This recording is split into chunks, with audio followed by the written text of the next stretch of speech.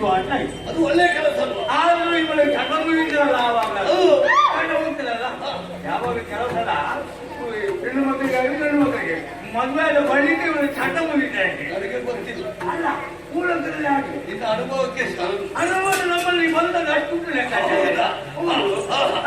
ಹಾಗೆ ಯೋಚನೆ ಮಾಡಿದವರು ಇವಳಿಗೆ ಒಂದು ಚಂದ ಒಂದು ಹುಡುಗನ್ನು ನೋಡಿ ಕಳಿಸ್ಬೇಕು. ಮದುವೆ ಮದುವೆ ಆದ ಬಳಿಕ ಸ್ವಲ್ಪ ಸಮಯದ ಬಳಿಕ ಸಂಸಾರವನ್ನು ಚೆನ್ನಾಗಿ ಮಾಡ್ಬೇಕು. ಮದುವೆ ಆದ ಮೇಲೆ ಹಾಗೆ ಸಂಸಾರ ಎಂಬುದು ಏನು ಕಷ್ಟ ಇದ್ರು ಅದರ ಸಂಸಾರಗಳು ಒಳ್ಳೇದು ಮಾಡ್ತಾರೆ. ಹೌದು ಚೆನ್ನಾಗಿ ಸಂಸಾರ ನಡಿಕೆ ಇರುವಾಗಲೇ ಇವಳಿಗೆ ಮತ್ತೊಂದು ಚಟ ಪ್ರಾರಂಭ ಆಯಿತು. ಸಂಸಾರದೊಳಗೆ ಮತ್ತೊಂದು ಚಟ ಅಂದ್ರೆ ಈ ಗಂಡನನ್ನು ಬರತ್ತು ಗಂಡನನ್ನು ಬಿಟ್ಟು ಇನ್ನೊಬ್ಬನ ಜೊತೆಯಲ್ಲಿ ಓಡಿ ಹೋದ್ರು. ಹಾಗಾದ್ರೆ ಇದ್ದ ಗಂಡ ಸಾಲದೆಂಬ ಮತ್ತೊಬ್ಬ ಗಂಡನ ಜೊತೆಯಲ್ಲಿ ಓಡಿ ಹೋದ್ರು. ಆವಾಗ ಅವಳಿಗೆ ಸ್ವಲ್ಪ ಸಮಯ ಕಳಿತ ಆ ಬಳಿಕ ಅಲ್ಲಿ ಪರಾರಿ ಅವನನ್ನು ಬಿಟ್ಟು ಪರಾರಿ ಯಾರು ಎಷ್ಟು ಜನ ಗಂಡಂದಿಲ್ಲ ಆದ್ರು ಅಂತ ಇವಳಿಗೆ ಲೆಕ್ಕ ಸಿಗ್ಲಿಕ್ಕಿಲ್ಲ. ನಾನೇ ಅವಾಗ ಇದಕ್ಕೆಲ್ಲ ಸಿಗ್ಲಿಕ್ಕೆ ನಾನು ಸಿಗ್ಲಿಲ್ಲ. ಇದಕ್ಕೊಂದು ಜನರ ಜೊತೆಯಲ್ಲಿ ಓಡಿ ಹೋಗ್ತಾ ಇದ್ದಾರೆ. ಹೌದು ಯಾರು ಬಂಡಿ ಇಟ್ಕೊಂಡು ಬರ್ತಾರೆ ಕಾಯ್ತಾ ಇರ್ತಾರೆ.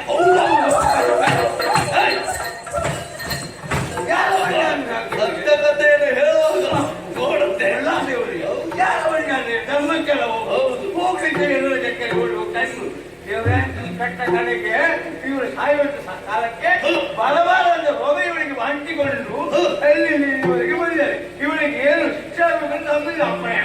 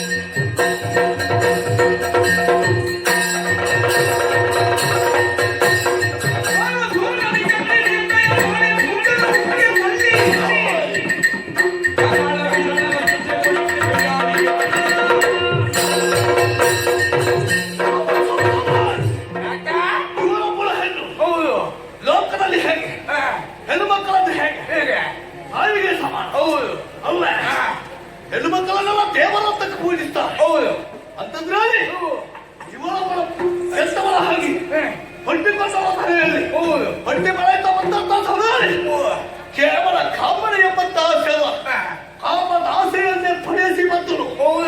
ಕೇವಲ ಒಬ್ಬರು ಸಾಲದು ಇದ್ದವರನ್ನೆಲ್ಲ ಸೇರಿಸಿ ತನ್ನ ಜೀವನವನ್ನೇ ಹಾಳು ಮಾಡಿದ್ರು. ಇವಳು ಹೇಗೂ ಸತ್ರು ಅವಳಿಗೂ ಕೂಡ ಬರಬಾರದ ರೋಗವನ್ನು ಬರುವಾಗ ಇವಳು ಮಾಡಿ ಇದ್ದವರು ಇವಳ ಜೊತೆಯಲ್ಲೆಲ್ಲ ಹೋದ್ರು. ಆದ್ರೆ ಅಂತ ಅನ್ಯಾಯ ಮಾಡಿದ್ರು. ತಾನು ಸತ್ತಲ್ಲ ಮತ್ತೊಬ್ಬರನ್ನು ಕೊಂದ ಪಾಪವು ಇವಳನ್ನು ಉಂಟು. ಶಾಸ್ತ್ರ ಮಧ್ಯ ಪಾಪವಲ್ಲ ಇವಳ ತಲೆಯಲ್ಲಿ ಸತ್ತಿರುತ್ತದೆ. ಆದ್ರೂ ಇವಳು ಕಡಿಮೆ ನಾನು ಏನು ಮಾಡುದು? ಪಾಪ ಎಂಬುದು ಬಿಡಬೇಕಾದ್ರೆ ಪಾಪದ ಲೇಪವನ್ನು ತೆಗೆಯಬೇಕು. ಅದಕ್ಕಾಗಲೇ ಪಾಪದ ಲೋಕಕ್ಕೆ ಕಳುಹಿಸಿ ಕೊಟ್ಟರು. ಅರೆ ತಂದಕ್ಕೆ ಅಂತ ಪಾಪಾತ್ಮಗಳನ್ನೆಲ್ಲ ಕರೆತಂದು ಅವರ ಪಾಪಗಳನ್ನೆಲ್ಲ ತೊಳೆದು ಕಳಿಸುವಂತ ಜಾಗವೇ ಇದು. ಹೌದು, ಇನ್ನೊಂದು ಜನ್ಮಕ್ಕಾಗುವಾಗ ಸ್ವಲ್ಪ ಆದ್ರೂ ಇಲ್ಲಿಂದ ಪಾಪ ಎಲ್ಲ ಕಳೆದು ಹೋಗಲಿ ಯೋಚನೆ, ಸ್ವಲ್ಪ ಆದ್ರೂ ಶುದ್ಧೀಕರಣ ಆಗಲೇಬೇಕು. ಹೌದು, ಆಗದೆ ಇದ್ದಲ್ಲಿ ಮತ್ತೊಂದು ಜನ್ಮವನ್ನು ಉದ್ಧರಿಸುವಂತ ಸಮಯದಲ್ಲಿ ಅದೇ ಪಾಪದ ಫಲದಿಂದಾಗಿ ಲೋಕವೆಲ್ಲ ವಾಹನ ಆಗ್ತಾನೆ. ಹೌದೌದು, ಇವಳಿಂದಲೂ ಆದ್ರೆ ಹೌದಲ್ಲ, ಆದದ್ದು ಒಳ್ಳೇದು. ಇವಳು ಸತ್ರು ಇನ್ನಾದ್ರೂ ಇದ್ದವರಾದ್ರೂ ಕಳೀಲಿ.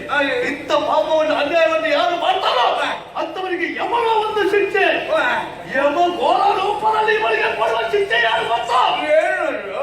ಕಂಡ ಪುರುಷರನ್ನೆಲ್ಲ ಕಪ್ಪಿ ಹೇಳಿದವ ಆಡ್ತೀನಿ ನೋಡು. ಕಬ್ಬಿಣದೊಂದು ಕಬ್ಬ ಅವಳು ಕಾಯ್ತಾ ಉಂಟು, ಅದು ಕಾಯ್ದೊಟ್ಟಿರುವುದಿಲ್ಲ, ಅದು ಬಿಸಿ ಬಿಸಿ ಯಾವಾಗ. ಹೌದು, ಇವಳನ್ನು ನೀನೇ ಕರ್ಕೊಂಡು ಹೋಗ್ಬೇಕು.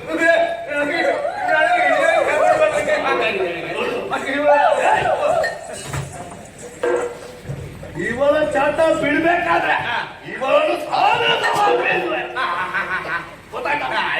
ಅದಕ್ಕೆ ಮುತ್ತು ಕೊಡ್ಬೇಕು, ತಪ್ಪಬೇಕು. ಆಗ ಇವಳ ಶರೀರ ಆತ್ಮದಲ್ಲಿ ಹೆಣ್ಣತ್ತ ಪಾಪವಲ್ಲ ಕರಾಗಿ ನೀರಾಗಿ ಹೋಗ್ಬೇಕು. ಹೌದು, ಅಷ್ಟಕ್ಕೆ ಮುಗಿದ್ರೆ ಇನ್ನೊಂದು ಸಂಗತಿ ಬರಬೇಕು. ಇನ್ನೊಬ್ಬರನ್ನು ಸೇರಿಸ್ಬೇಕು, ಇವಳಿಗೆ ಗರಗ ಸೇರ್ಬೇಕು. ಆಯ್ಕೆ ಜಾಣ ಈ ರೀತಿ ನನಗೆ ಆಗಿಲ್ಲ ಯಾಕೆ? ಉಳಿದವರನ್ನು ಎಂತವರದ್ದು ಮತ್ತಲ್ವಾ ಹಾ. ಈಗಲೇ ಕೊಡ್ಬೇಕು ಈಗ. ನಿನಗೆ ಸಮಯ ಬಂದಾಗ ಶಿಕ್ಷೆ ಕೊಟ್ಟರೆ ಸಾಕು ಅಷ್ಟು ಮಾತ್ರ ನಮ್ಮವರನ್ನೆಲ್ಲ ಸೇರಿಸಿ ಇವಳೇ ಜೀವನದಲ್ಲಿ ಒತ್ತಡಲ್ಲ ಉಂಟಲ್ಲ ಮತ್ತೊಬ್ಬರು ಯಾವ ರೀತಿಯಲ್ಲಿ ಅನುಭವಿಸಿದ್ರು ಅದೇ ರೀತಿಯಲ್ಲಿ ಈಕೆಗೆ ಶಿಕ್ಷೆಯನ್ನು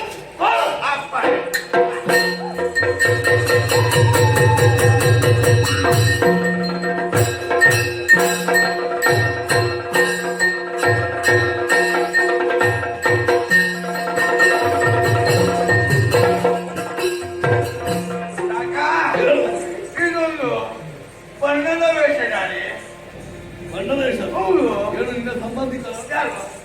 ಇವ ಸಂಬಂಧಿಕರ ಮತ್ತೆ ದೇವ್ರೆ ಏನು? ರಂಗದಲ್ಲಿ ದುಡಿಯುವಂತವರು ಇದೆ ಬಾ ಇಲ್ಲ, ಏನು? ಸುಮ್ಮನೆ ಇರ್ಬೇಕು. ಹಾ. ಹೇಗೆ? ನಿನ್ನ ವೇಷ ಇಲ್ಲಿ ಬೇಡ ಇದ್ದಾದ್ರೆ ಸಾಧ್ಯ ಆವಾಗ ಮಾಡಿ ಸಾಕು ಇನ್ನೂ ನೀನು ವೇಷ ಹೌದು. ಮಾಡಬೇಕು ಅಗತ್ಯ ಇಲ್ಲ. ಹಾ. ದೇವ್ರೆ, ಇವ ಬಹಳಷ್ಟು ರಂಗದಲ್ಲಿ ದುಡಿಯುವಂತ ವ್ಯಕ್ತಿ ರಂಗನ ಮತ್ತೆ ಹೊರಗೆ ದುಡಿಲಿಕ್ಕೆ ನಮಗೆ ಮರಳು ಅವರಿಗೆ ಹೊರಗೆ ದುಡಿದಲ್ಲ ಇವು ರಂಗದಲ್ಲಿ ದುಡಿದವ ಹಾ. ಬಣ್ಣದ ವೇಷಧಾರಿ ಗಂಗಯ್ಯ ಗಂಗಯ್ಯ ಶೆಟ್ಟಿ ಹೌದಾ? ಹಾ, ಹಾ. ಬಹಳಷ್ಟು ನಿಪುಣ ವೇಷದಲ್ಲಿ ಅಚ್ಚುಕಟ್ಟಾಗಿ ವೇಷ ಮಾಡುವವರು ಯಾರೂ ಇಲ್ಲ ಹಾ. ಆದ್ರೆ ಕಟ್ಟಕಡೆಗಾಗುವಾಗ ಇವನ ರಂಗದಲ್ಲಿಯೇ ಕುಳಿತು ಯಮಲೋಕ ಇಲ್ಲಿವರೆಗೆ ಬರಬೇಕಾಯಿತು ಹೌದಾ? ಉತ್ತಮ ಕೆಲಸವನ್ನು ಮಾಡಿದಂತ ಕಾರಣದಿಂದಾಗಿ ಇವನಿಗೆ ಏನಾಗಬೇಕು ಅಂತ ನಮ್ಮಿಂದ ಅಪ್ಪಣೆ ಆಗಿದೆ ಏನ್ ಗೊತ್ತಾರೆ? ಇವರಿಗೆ ಶಿಕ್ಷೆ ಅಲ್ಲ ಇವನಿಗೆ ಶಿಕ್ಷೆ ಆಗಲಿಕ್ಕಿಲ್ಲ ಯಾಕೆ ಗೊತ್ತಾ? ಇವ ಜೀವನದಲ್ಲಿ ದುಡಿದದ್ದು ಯಾರ ಕೇವಲ ಸೇವೆ ಮಾಡಿ ದೇವರ ಸೇವೆ ಹೌದು. ಆದ್ರೆ ಮಾಡಿದ್ದೆ ಹೌದು ನಮ್ಮವರು ಒಬ್ಬರವರೇ ಹೌದೌದು ಯಕ್ಷ ಯಕ್ಷ. ಯಕ್ಷನ ಕಲೆ ಅಲ್ವ ಹೌದೌದು ಹಾ. ಈ ಕಲೆಯ ರೂಪದಲ್ಲಿ ಆತನು ದುಡಿದ ದುಡಿದ. ಲೋಕಕ್ಕೆ ಪ್ರಚಾರ ಮಾಡಿದ ಪ್ರಚಾರ ಮಾಡಿದ. ಎಲ್ಲವನ್ನು ಮಾಡಿ ತೋರಿಸಿದ ಹಾ. ನನ್ನ ಜೀವನದಲ್ಲಿ ಹಾ. ಅವ ಏನು ಮಾಡಿದ ಪಾಪ ಇದ್ರು ಕೂಡ ಹೋ. ಅದರಲ್ಲೆಲ್ಲ ಆದ್ರೆ ಲೋಕಕ್ಕೆ ಇನ್ನೊಬ್ಬರಿಗೆ ಪಾಠ ಮಾಡಿಕೊಟ್ಟ ಇನ್ನೊಬ್ಬರು ಈ ರೀತಿಯಾಗಿ ದುಡಿಬೇಕನ್ನೋದು ಪಾಠವನ್ನು ಅವನೇ ಮಾಡಿಕೊಟ್ಟಿದ್ದ ಕಾರಣ ಮತ್ತೊಬ್ಬ ನಿನ್ನಂತವ ದುಡಿಬೇಕಾದ್ರೆ ಹಾ. ಅವನಂತವನೊಬ್ಬ ತೋರಿಸಿಕೊಟ್ಟಂತ ಎಂಬುದು ದಾರಿ ಆಯಿತು ಹೌದು ಅದಕ್ಕಾಗಿ ಹಾ. ಈತನನ್ನು ಏನ್ ಮಾಡ್ಬೇಕು ಅಂತ ಏನು? ಆಚರಣೆ ಹ, ಯಾರು ನಮ್ಮವರು ನಮ್ಮವರಿದ್ದಾರೆ. ಪುಣ್ಯಲ ಹೌದು ಆ ಲೋಕದಂತ ಕಳುಹಿಸು ಹ, ಹೌದು. ಹ, ಆಯ್ತು ಪುಣ್ಯ ಲೋಕಕ್ಕೆ ಬಾ.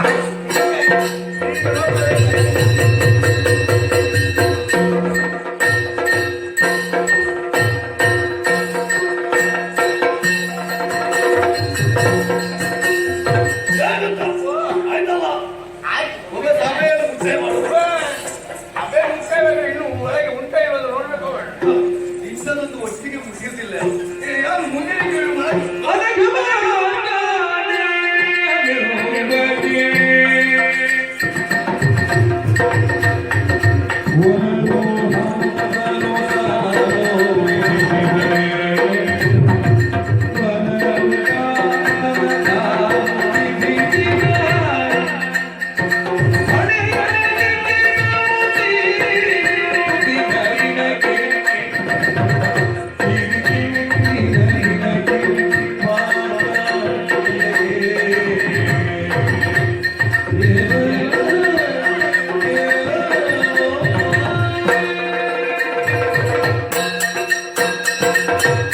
ಏನಂತ?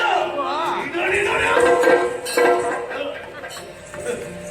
ಮಲಗಲಿಕ್ಕೆ ಬಂದದ ಅಲ್ಲ ಹುಡುಕಿ ಹುಡುಕಿ ಸಾಕಾಯ್ತು ಹಾಗೆ ಸ್ವಲ್ಪ ಮಲಗೆ ನೋಡುವ ಮಲಗಿ ನೋಡ್ಲಿಕ್ಕೆ ಏಯ್, ಮಲಗಿದ್ರು ಅಲ್ಲಿಗೆ ನಿದ್ದೆ ಬರ್ತಾನೆ ನಮ್ಗೆಲ್ಲ ನಿದ್ದೆ ಬರಲಿಕ್ಕಿಲ್ಲ ಮತ್ತೆ ನಾವು ಅಷ್ಟು ಕಷ್ಟವೇ ಇರುವುದು. ಹೌದು ಹೌದು ಆಯ್ತಾ ಇಲ್ಲಿಗೆ ಹಾಗೆ.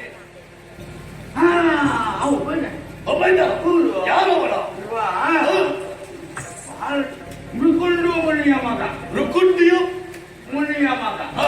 ಮಾರ್ಕಾಂಡೇಯ ಮಾರ್ಕಾಂಡೇಯ. ಹೌದು ದೇವ್ರೆ ಇವನಿಗೆ ಬ್ರಹ್ಮ ಕೊಟ್ಟದ ಆಯುಷು ಮುಗಿದಿದೆ ಆಯುಷ್ಯ ಮುಗಿದ್ರೆ ಅವ ಬರಬೇಕಲ್ಲ ಆದ್ರೆ ಅವ ಇಲ್ಲಿವರೆಗೆ ಬರಲಿಲ್ಲ ನಮ್ಮವರು ಹೋಗಿ ಆತನನ್ನು ಕರ್ಕೊಂಡು ಬರ್ಬೋದಿತ್ತಲ್ಲ ಬರುವವರಿಗೆ ಕಾರಣ ಬರಲಿಲ್ಲ ಬರ್ಲಿಲ್ವಾ? ಬರಲಿಲ್ಲ ಹೌದು. ಅವ ಒಬ್ಬ ಭಗವನಿದ್ದಾನೆ ಎಲ್ಲರೂ ಬಂದಾಗ ಇವ ಒಬ್ಬ ಮನೆ ಬರುವುದಕ್ಕೆ ಏನ್ ಗೊತ್ತಾರೆ ಹಾಗಾದ್ರೆ ಅವ ಬರುವುದಕ್ಕೆ ತಡವಾಗಿದೆ ತಡವಾಗಿದೆ ಬರಬೇಕಿತ್ತು ಕೃಷ್ಣನ ಒಟ್ಟಿಗೆ ಬರ್ಬೇಕಿತ್ತು ಅವು ಬರ್ಲಿಲ್ಲ ಯಾಕೆ ಯಾಕೆ ಇಷ್ಟೊತ್ತಿಗೆ ಬರ್ಲಿಲ್ಲ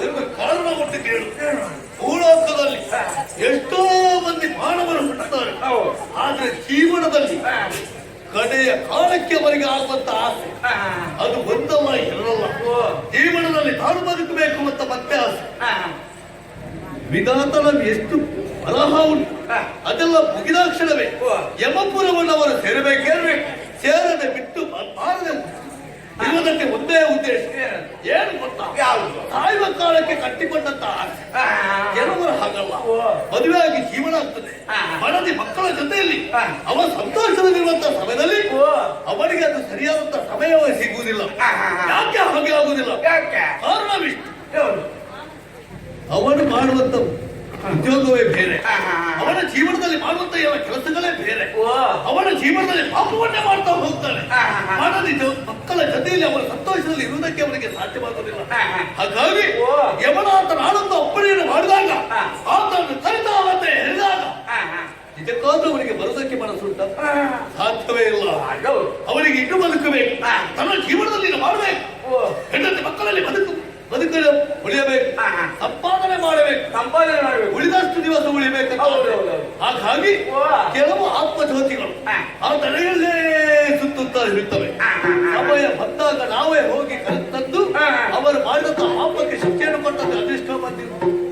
ಹಾಗಾಗಿ ಇವನ ಜೀವನದಲ್ಲಿ ಏನಂತ ಗೊತ್ತಿಲ್ಲ, ಇನ್ನು ಲೆಕ್ಕಾಚಾರ ಆಗ್ಬೇಕು.